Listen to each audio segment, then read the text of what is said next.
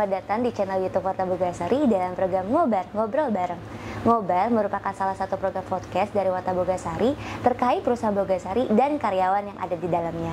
Kenalin, saya Nabila, host Ngobrol kali ini yang akan nemenin kalian. Nah, guys, Boga tahu nggak sih tanggal 10 Juli kemarin Bogasari baru saja mengadakan upacara Hari Mutu dan K3 atau singkatan dari Kesehatan Keselamatan Kerja. Dalam upacara tersebut terdapat berbagai macam kegiatan, mulai dari laporan kedisiplinan, lalu ada arahan dari manajemen terkait K3, lalu ada jalan pagi keliling pabrik bersama seluruh karyawan yang ada di Bogasari, hingga berbagai macam door prize yang sangat menarik. Wah, keren banget nggak sih, gengs? Nah, tapi guys, Boga tuh tahu nggak sih apa itu K3 dan apa sih pentingnya K3 itu bagi Bogasari? Nah, untuk membahas lebih lanjut terkait K3 ini, hari ini saya sudah bersama dengan Bapak Anwar selaku Vice President HF Floor Bogasari Jakarta. Halo Pak, bagaimana Pak kabarnya? Alhamdulillah baik, Nabila. Terima kasih. Iya, baik. Nah, tanpa lama-lama lagi nih gengs, mari kita dengerin yuk dan tanya-tanya juga nih terkait K3 sama Pak Anwar. Nah, pertanyaan pertama nih Pak, mungkin bisa dijelasin nih Pak, apa definisi dari K3L? Baik, Nabila, terima kasih ya. Nah, kalau kita bicara K3L ini, nomor satu kita bicara bagaimana kita memastikan ya tidak terjadinya kecelakaan kerja di lokasi kerja. Oke. Nah, nomor dua bicara juga bagaimana memastikan ya kesehatan pekerja ini bisa kejaga terkait dengan penyakit-penyakit yang diakibatkan oleh kondisi bekerja.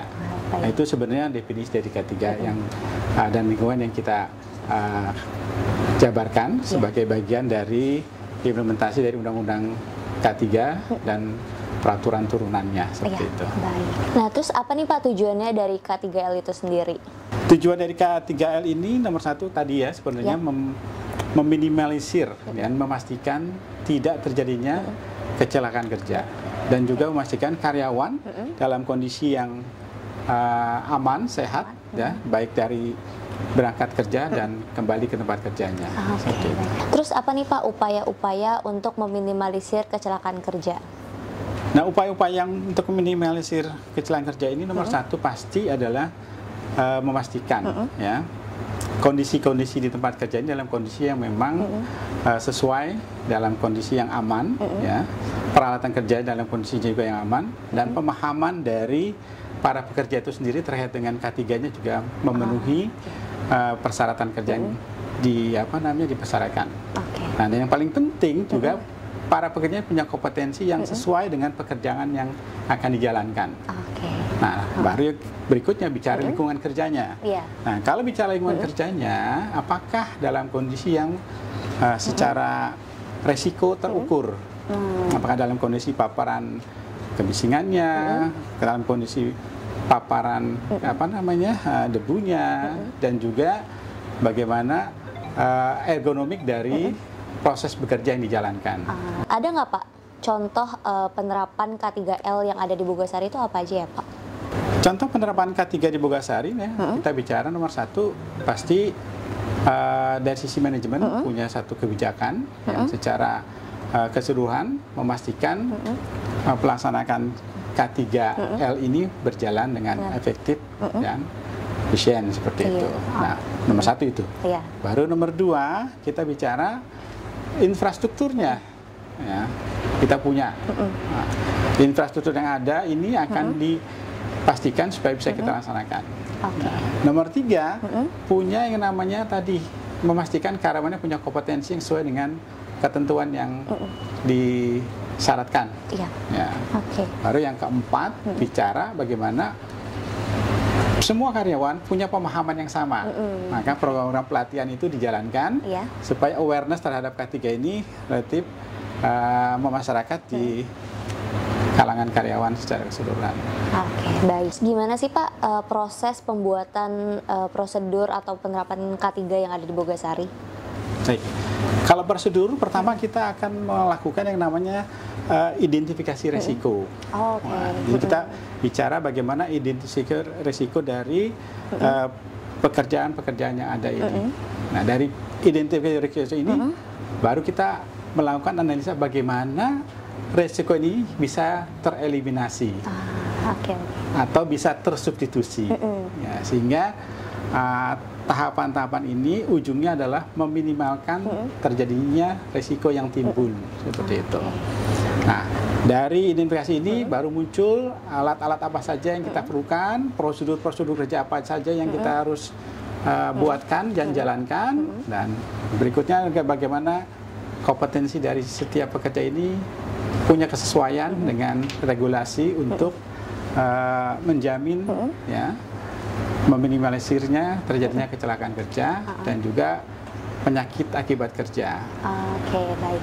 Nah, ada nggak sih Pak dampaknya kalau bagi kita atau bagi karyawan yang tidak menerapkan prosedur K3 secara baik dan benar? Dampaknya memang sangat besar pastinya, karena nomor satu, kita berpotensi terjadinya kecelakaan kerja. Betul. Ya.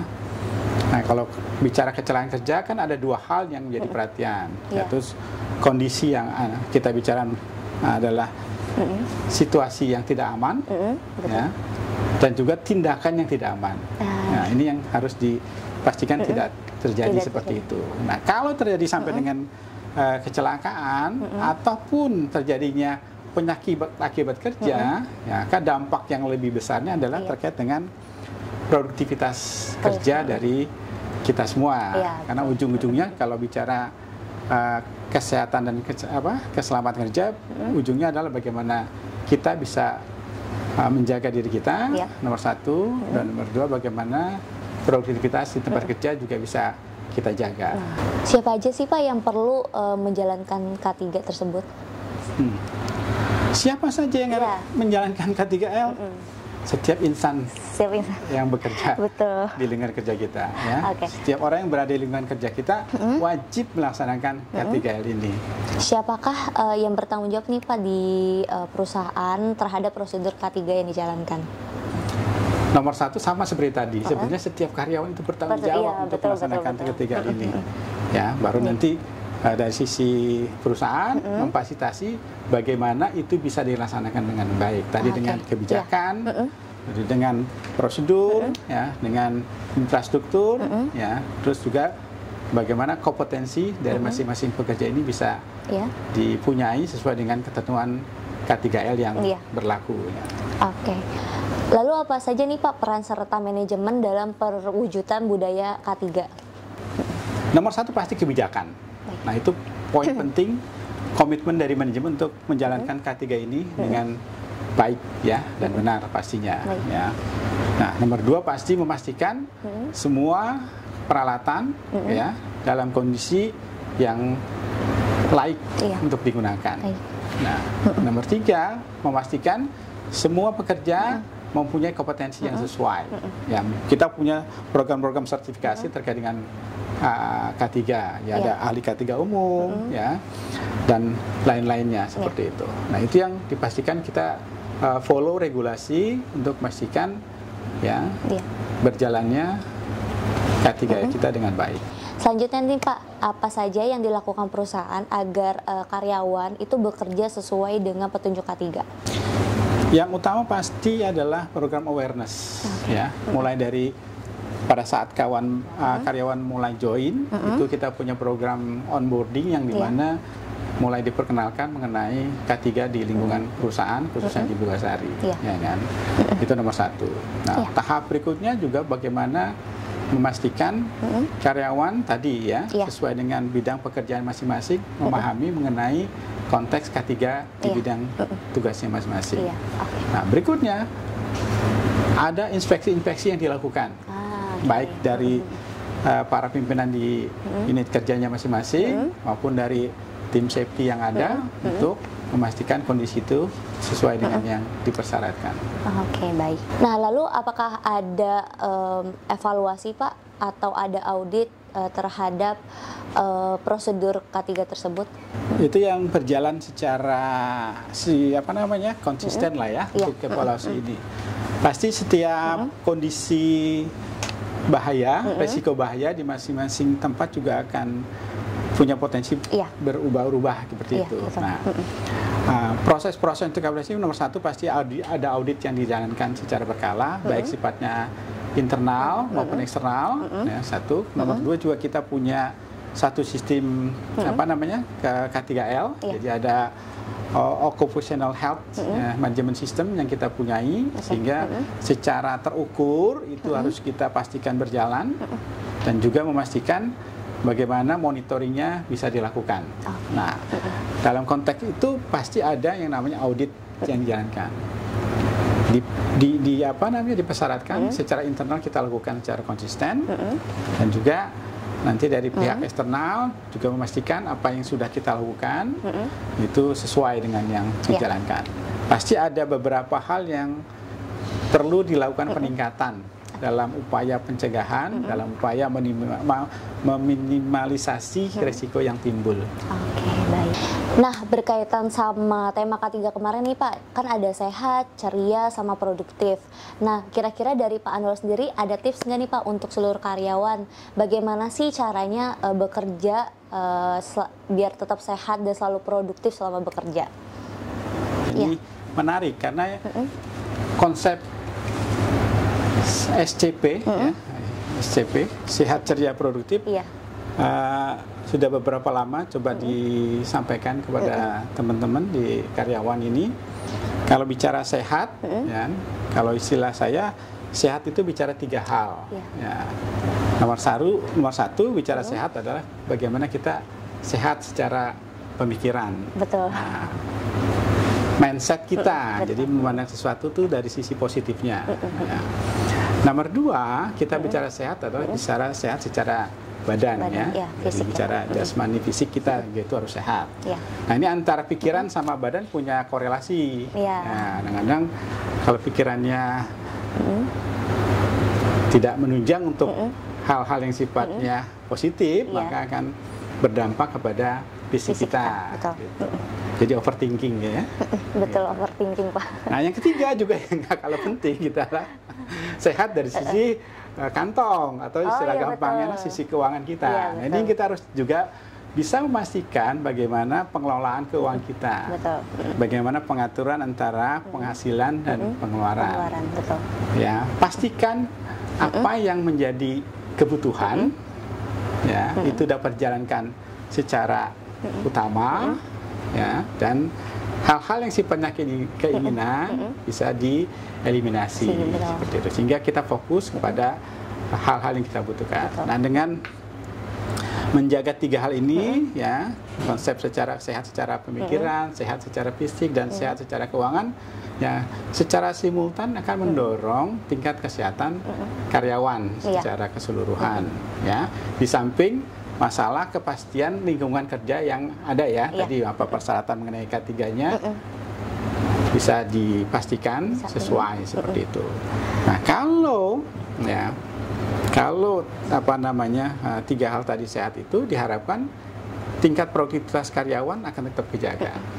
Kalau kita lihat dari tema mutu kita yang kita jalankan kemarin ini kan data menunjukkan gitu ya, bahwa hari kerja yang hilang karena sakit relatif cukup tinggi ya. Gitu. Antara Jakarta, Surabaya, Cibitung, Tangerang ya relatif Jakarta relatif lebih tinggi. Ya. Tapi kalau bicara secara Indofood juga memang Bogasari masih di atas teman-teman yang ada di Indofood seperti secara keseluruhan ya. Ini menjadi PR untuk kita bisa memastikan kesehatan dari para pekerja kita seperti itu. Oh ya Pak, terkait upacara mutu dan K3 kemarin sempat dilaksanakan juga kan jalan pagi ya, jalan pagi keliling pabrik bersama seluruh karyawan. Nah, kira-kira ada nggak Pak makna di balik jalan pagi tersebut? Terkait dengan kegiatan yang kita laksanakan kemarin, memang kita rencanakan ya untuk mendorong teman-teman pekerja untuk mulai dapat berolahraga. Nah, kenapa jalan pagi? Karena ini sesuatu yang dapat dijalankan dengan mudah, ya, dengan berjalan kaki.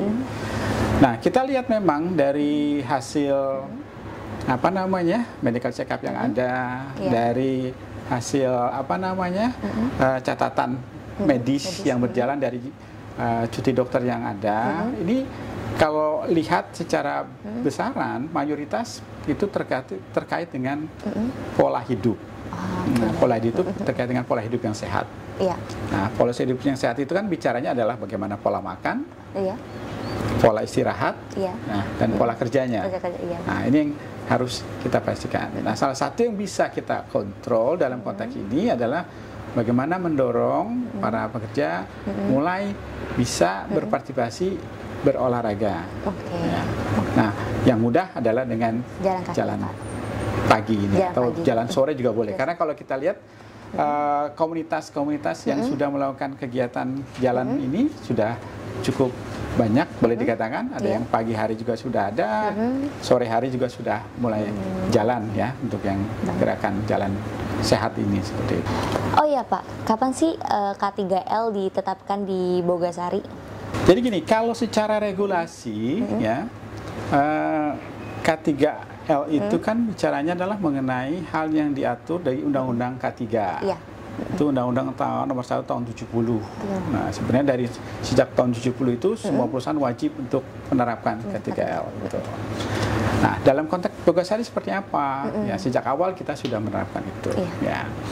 Nah, tapi untuk lebih menekankan hal-hal yang secara khusus di Bogasari mengenai program awareness-nya, program mengenai bagaimana sertifikasi mengenai K3-nya itu dijalankan, dan juga bagaimana lingkungan kerja, peralatan dan semuanya bisa dipastikan berjalan sesuai dengan ketentuan yang berlaku. Nah, itu kita melihat ya mulai di sekitar tahun 96, 97, 98 itu sudah mulai kita dorong untuk lebih meningkatkan peningkatan dari kesehatan dan keselamatan kerja.